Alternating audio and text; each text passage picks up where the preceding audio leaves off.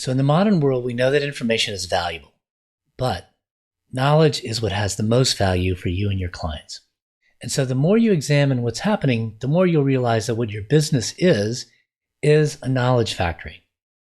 Every lawyer who works with information and processes it effectively is running a knowledge factory, which is to say the value you create when you do your work comes from ideas that get developed and then once they're fully refined, are made available to others in a way that you can earn money from. This is what a knowledge factory assembly line looks like.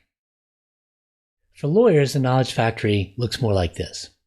We deal with laws that we can evaluate to become informed about their possible applicability to a given situation, but the higher value comes when we use our knowledge gained through experience to provide clients who pay us for our advice based on that knowledge. Now, it's important to take stock of the different levels of work. The gathering and organizing of information is low-level work. And knowledge work is the high-level work because that's where the value is created and delivered. Knowledge work is the work that clients will more readily pay for. Information processing, which can be easily commoditized through automation and outsourcing, is low-level and low-value. We'll examine this in more detail in the next lesson.